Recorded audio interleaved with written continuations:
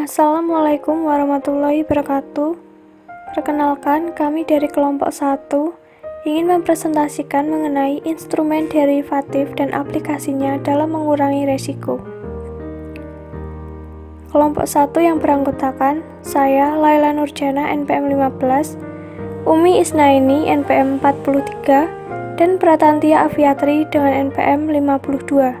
Langsung saja kita ke materinya. Forward kontrak adalah suatu persetujuan antara dua belah pihak untuk menjual atau membeli suatu aset atau bentuk apapun juga di suatu waktu yang telah ditetapkan. Oleh karena itu, tanggal penjualan dan tanggal penyerahan barang dilakukan berbeda. Slide yang selanjutnya yaitu transaksi forward atau transaksi berjangka dengan penyerahan valuta pada suatu tanggal tertentu dengan menggunakan kurs yang disepakati pada tanggal transaksi.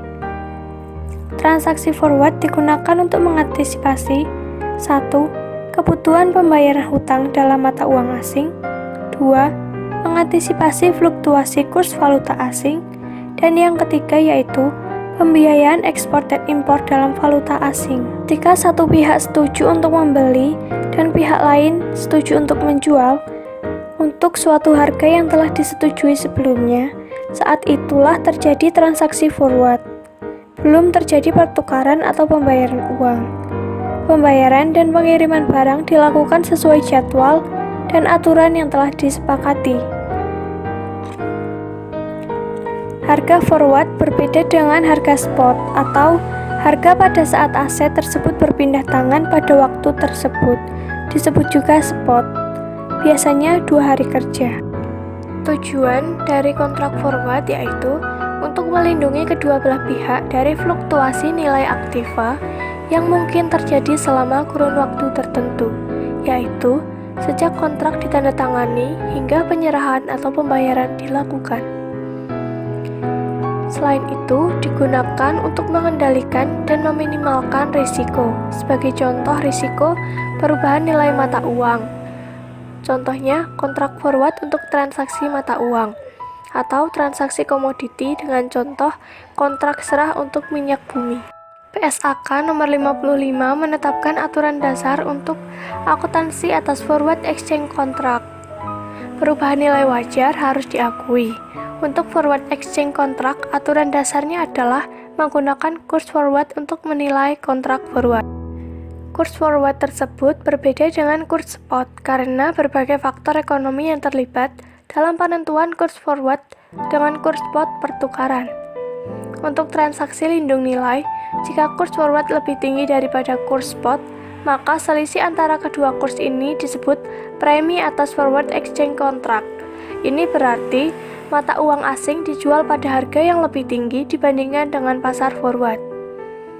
Jika kurs forward lebih rendah daripada kurs spot, maka selisihnya disebut sebagai diskon atas forward exchange contract, yang artinya mata uang asing dijual pada harga yang lebih rendah dibandingkan dengan pasar forward.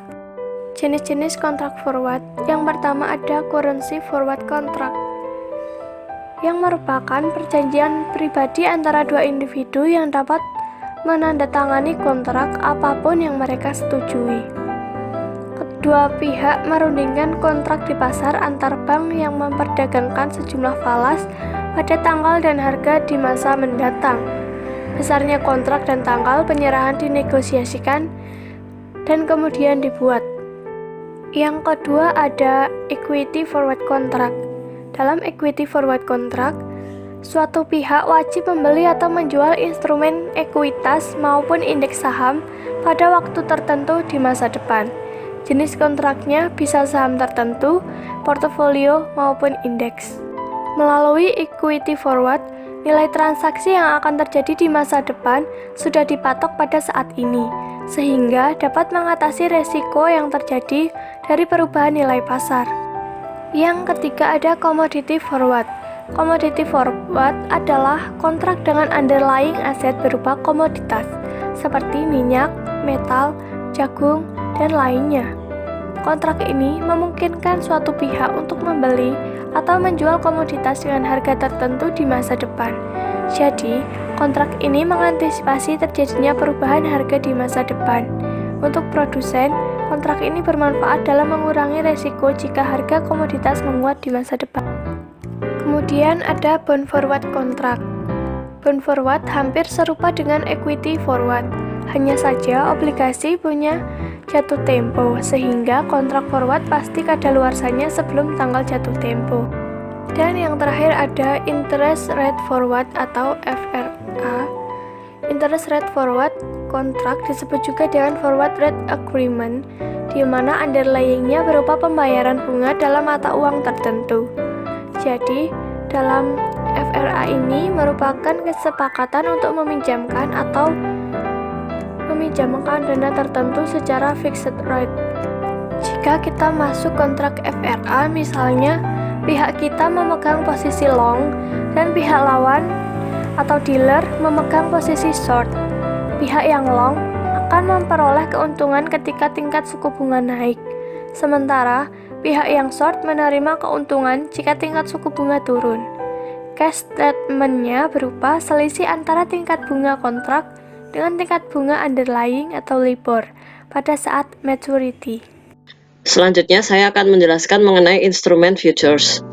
Future adalah perjanjian yang menyatakan volume standar suatu mata uang tertentu untuk ditukar pada tanggal jatuh tempo tertentu.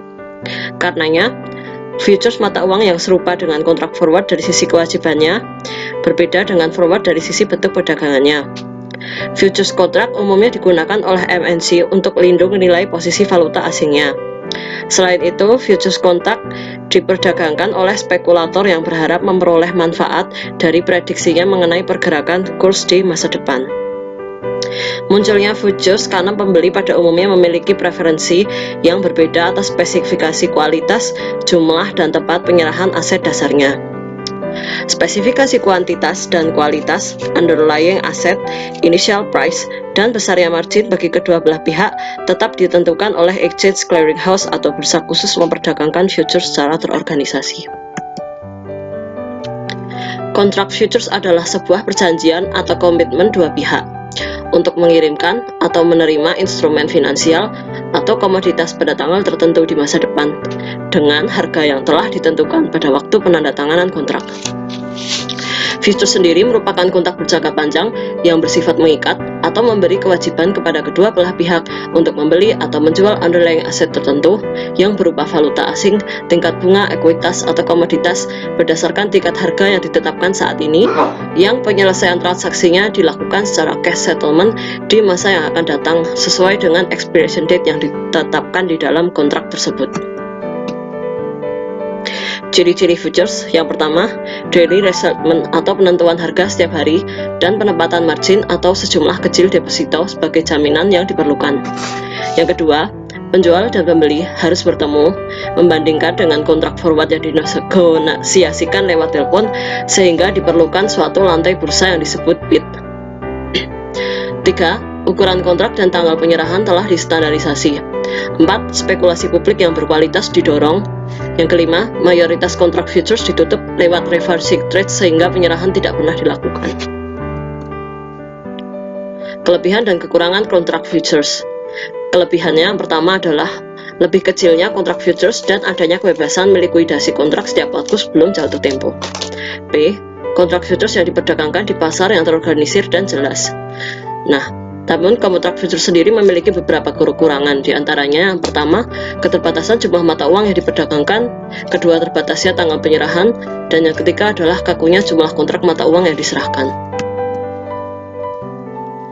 Penentuan harga atas underlying asset, yaitu harga atas underlying asset yang dibedakan menjadi initial futures price atau harga awal dan terminal future price atau harga pada saat kontrak futures di exercise.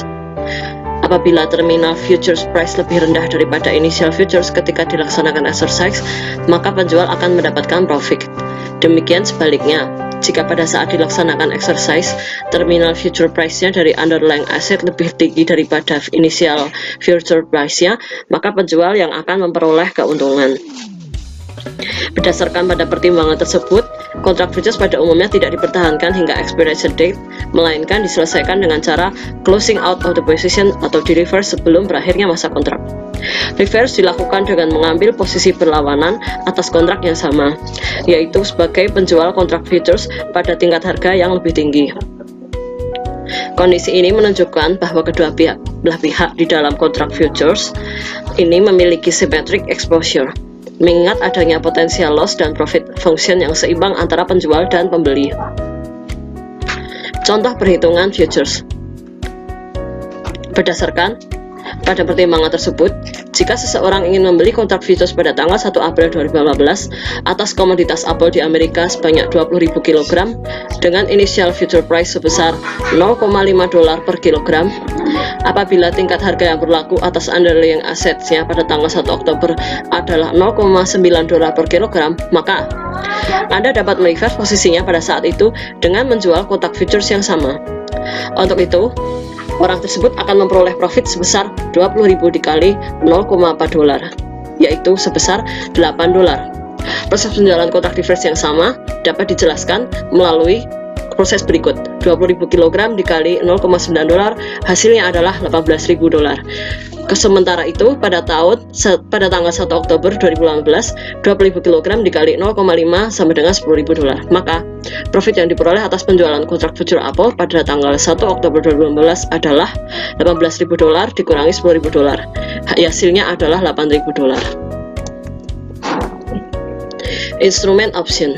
Options merupakan salah satu instrumen di dunia pasar modal yang bersifat derivatif untuk meminimalkan risiko dan sekaligus memaksimalkan keuntungan dengan daya ungkit atau leverage yang lebih besar, yang disebut juga dengan limited loss with unlimited profit. Nah, bagi penggambaran dari instrumen option itu sendiri ada 3 bagian. Yang pertama, option memberi pemegangnya hak, bukan kewajiban untuk membeli atau menjual sesuatu. Yang kedua, hak untuk menjual atau membeli suatu barang tersebut hanya bisa dilaksanakan kepada waktu tertentu di masa yang akan datang atau sebelumnya. Yang ketiga, apabila pemegang option melaksanakan haknya untuk membeli atau menjual satu barang tertentu, maka harga barang yang dibeli atau dijual tersebut sudah ditentukan sebelumnya, dan biasanya ditentukan pada saat transaksi option tersebut dilakukan, tidak peduli berapa harga pasar barang tersebut saat pelaksanaan hak. Jadi, harga yang dipakai saat pelaksanaan hak sudah ditentukan sebelumnya dan bukan harga barang tersebut.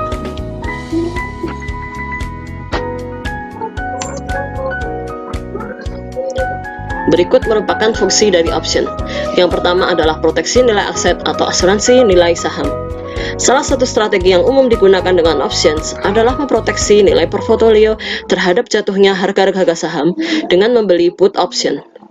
Dengan membeli put option ini, seorang investor berhak menjual sahamnya pada harga tertentu meskipun di pasar harga saham tersebut sudah turun sampai 0 sekalipun.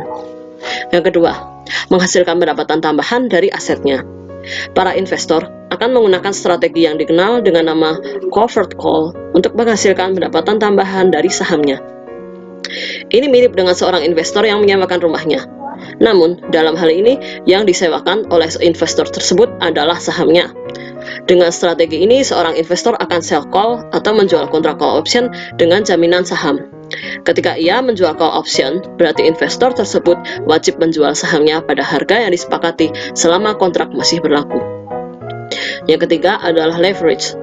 Options memberikan suatu kesempatan yang besar memperoleh hasil investasi yang tinggi dari modal yang cukup kecil. Di sini, options memberikan leverage bagi investor tersebut.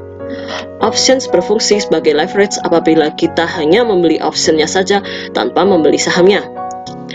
Yang keempat adalah diskon. Option juga dapat berfungsi sebagai diskon untuk membeli saham. Apabila kita ingin membeli saham, kita dapat menawarnya terlebih dahulu agar saham yang akan kita beli harganya menjadi lebih murah kepada seorang broker. Dan dari dalam penawaran ini, kita mendapatkan suatu premi sejumlah tertentu. Strategi ini disebut pula naked out. Apabila saham telah menyentuh harga yang kita tawar, maka kita harus membeli saham tersebut, tetapi harganya tentu lebih murah karena kita telah melakukan penawaran dan menerima premi di awal. Yang kelima adalah strategi investment atau strategi investasi. Option juga dapat berfungsi sebagai suatu strategi investasi. Karena banyaknya strategi di options, maka options dapat berguna di berbagai situasi market. baik itu market yang uptrend, sideways, maupun downtrend. Strategi ini, apabila dipahami dan dipelajari dengan baik, tentu akan sangat membantu kita memperoleh hasil yang kita inginkan dalam berbagai situasi market. Jadi, setiap saat kita dapat memasuki market dengan strategi yang berbeda-beda. Jenis option. Apabila dilihat dari jenis hak yang dimiliki oleh pemegang option, maka option dapat dibagi menjadi dua, yaitu A. Call option, yang merupakan suatu opsi yang memberi hak membeli sesuatu kepada pemegangnya, dan B. Put option, yaitu suatu opsi yang memberikan hak menjual sesuatu kepada pemegangnya. Currency call option. Currency call option adalah kontrak yang memberikan hak untuk membeli suatu valuta tertentu pada kurs atau harga tertentu selama periode waktu tertentu. Exercise price yang disebut juga dengan strike price merupakan harga yang harus dibayarkan pemilik opsi pada saat ingin menggunakan haknya membeli valuta. Tiap opsi memiliki tanggal jatuh tempo bulanan masing-masing. Selanjutnya, saya Umi Isnaini akan melanjutkan pembahasan mengenai efektivitas lindung nilai. Dari pengertiannya sendiri, efektivitas itu adalah perkiraan saling menghapuskan dalam kisaran 80% sampai 125% dari perubahan nilai wajar arus kas atau perubahan nilai wajar untuk risiko yang dilindung nilai. Jadi, di setiap awal transaksi lindung nilai, perusahaan itu harus mendefinisikan metode mana yang akan mereka gunakan untuk mengukur efektivitas lindung nilai.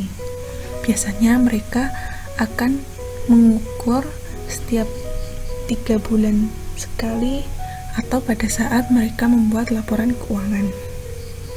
Contohnya adalah ketika perusahaan menggunakan perubahan kurs forward, tetapi perusahaan dapat juga menggunakan perubahan harga spot atau perubahan nilai intrinsik. Ada beberapa komponen. Pertama, nilai intrinsik dari derivatif, yang artinya adalah nilai yang berkaitan dengan perubahan nilai dari item yang mendasari. Kedua, ada nilai waktu dari derivatif, yaitu nilai yang berkaitan dengan nilai yang diberikan pada kesempatan untuk memiliki derivatif terbuka pada periode waktu tertentu. Sementara, nilai waktu berakhir adalah selama jangka waktu derivatif dan menjadi 0 pada tanggal jatuh tempo derivatif. Ketika perusahaan itu menggunakan perubahan harga spot, maka setiap perbedaan antara harga spot dan harga forward tidak dimasukkan dalam penilaian efektivitas lindung nilai. Selanjutnya, bahwa efektivitas itu harus dapat diukur dan dinilai secara berkesinambungan, dan efektivitas itu harus tinggi. Supaya apa? Supaya akuntansi lindung nilai itu dapat diterapkan.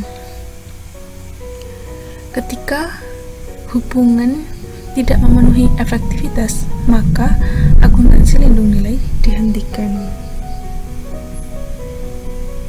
Dihentikannya sejak tanggal terakhir kriteria efektivitas itu terpenuhi. Lalu,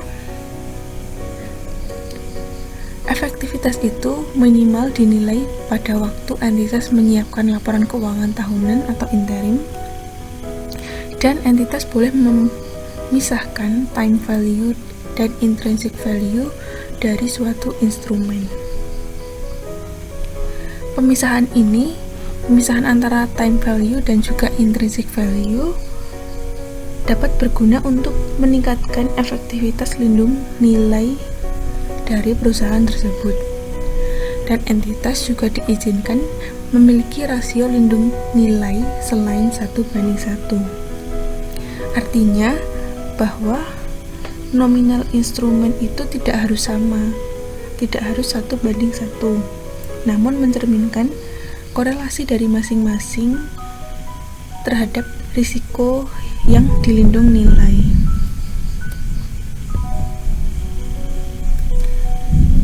Kemudian, untuk pengujian efektivitas lindung nilai terdapat 2 pengujian. Pertama adalah uji retrospektif kedua adalah uji prospektif.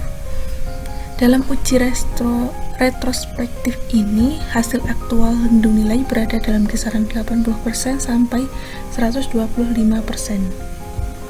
Contohnya, ketika instrumen memberikan keuntungan itu 100, lalu item lindung nilai akan memberikan keuntungan 120, maka pengujian efektivitas lindung nilai menggunakan uji retrospektif ini adalah 120 dibanding atau per 100 sama dengan 120%, atau 100 per 120 sama dengan 83%. Komponen dari suatu instrumen ini dapat dikecualikan dalam menilai efektivitas lindung nilai yang komponennya itu sudah ada dalam PSAK 55.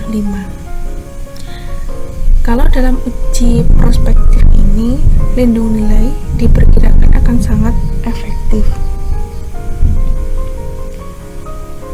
Perkiraan yang sangat efektif ini dapat ditunjukkan misalnya dengan data historis yang menunjukkan perubahan nilai wajar atau arus kas yang mirip antara instrumen lindung nilai dan item lindung nilai.